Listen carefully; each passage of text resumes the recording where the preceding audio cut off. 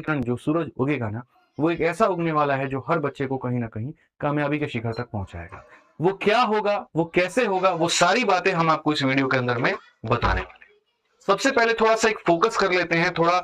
पीछे की बातों को एक बार हम लोग जानते हैं यहाँ पर कि क्या था वो पीछे का कैलेंडर, कितनी भर्तियां उसके अंदर में निकली, कितने बच्चों का सिलेक्शन हुआ, कितने लोगों को अपॉर्चुनिटी मिली। और ये सारी वैकेंसी 90,000 थी, लेकिन अप्लाई करने वाले करोड़ों की संख्या में छात्र थे जिन्होंने फॉर्म को अप्लाई किया, जो सीरीज में पार्टिसिपेट हुए और यहाँ पर जाकर के सिलेक्शन सिर्फ 90 था। इसका मतलब ये नहीं था कि आप कमजोर थे, आप निकम्मे थे, आप नालायक थे। इसका मतलब ये था कि कहीं ना कहीं कुछ ऐसी गलतियां रह गई थी, कहीं ना कहीं आप जो अपडेटेड तरीके फॉलो कर रहे थे उसने आपके सिलेक्शन को बहुत हद तक तोड़ा है। और अगर आपको उसको सुधारना पाए तो आप सुधार लीजिए, बेहतर होगा, ताकि आप 2026 में सिलेक्शन ले पाए। तो अगर हम बात करें यहाँ पर तो क्या हुआ मेरे भाई, मैंने थोड़ा सा ना बच्चों जो सेलेक्ट हो गए मैंने उनसे भी बात की, जो सेलेक्ट नहीं हुए मैं लगातार फोन कॉल पे उनसे भी जुड़ा रहा। अलग अलग परीक्षाओं के बाद में जब बच्चे सेंटर से बाहर आते थे बताते थे कैसा उनका पेपर गया, और सक्सेस और फेलियर का एक डीप एनालिसिस मैंने किया, डीप डाइव मैंने किया वहां पर कि ये क्या कारण था बच्चों के फेलियर होने का। तब मुझे मुख्यतः जो है 4-5 बिंदु निकल करके आए जो मुझे समझ में आया, जिसमें सबसे पहला कारण था डिस्ट्रैक्शन। ठीक है, क्योंकि पहली बार यहाँ पर इस तरीके से रेगुलर फॉर्मेट में सारे के सारे पेपर हो रहे हैं। अब ऐसे में बच्चे को ये नहीं पता क्या पढ़ के जाना है क्या पढ़ के नहीं जाना है, तो जब जो वीडियो आई है वो उस वीडियो को वहां पर देखा है। मेरे भाई अध्ययन कर लिया, अच्छी जानकारी प्राप्त कर ली, तो कहीं पर आप एकदम जीरो रह गए और पता चला कि जिस चीज को पढ़ करके नहीं गए थे उसने आपको पेपर में तोड़ दिया। उसके बाद दूसरा जो मेरे को फेलियर का रीजन समझ में आया वो यहाँ पर ये था कि जनरल नॉलेज में अगर हम बात करें तो बच्चे इस पे वीडियो पे ज्यादा निर्भर रहे,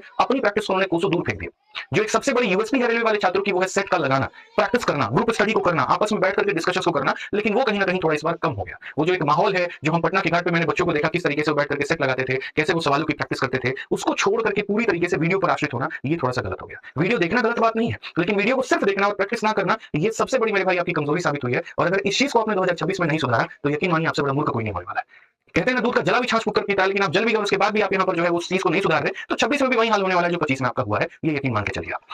तीसरी सबसे बड़ी बात है जो मैथ्स और रीजनिंग है मेरे भाई, यहाँ पर बच्चों ने समझा ये तो स्कोरिंग सब्जेक्ट है, यहाँ पूरे नंबर लाए जा सकते हैं, लेकिन उसके बाद भी आप लोगों ने ऐसे ऐसे सिली मिस्टेक्स किए हैं जिसका हद हिसाब नहीं है। अगर आप मेरी बात से सहमत होंगे तो आप कमेंट बॉक्स में लिखिएगा, आप बिल्कुल लिखिएगा यहाँ पर, क्योंकि मैंने बहुत गहन अध्ययन करके इस इवेंट को लगाया है, इस पीपीटी को बनाया है, और ये सारी बातें मैं ऐसे हवा में नहीं कह रहा हूँ। हर एक बच्चे से बात करने के बाद में मैं आप लोगों के पास एक पॉइंट लेकर आया हूँ। मेरा उद्देश्य सिर्फ और सिर्फ इतना है कि 2026 में हमारे जितनी भाई बहन है जो रेलवे की तैयारी कर रहे हैं वो अपने अंदर में इन गलतियों को तत्काल प्रभाव में सुधार ले।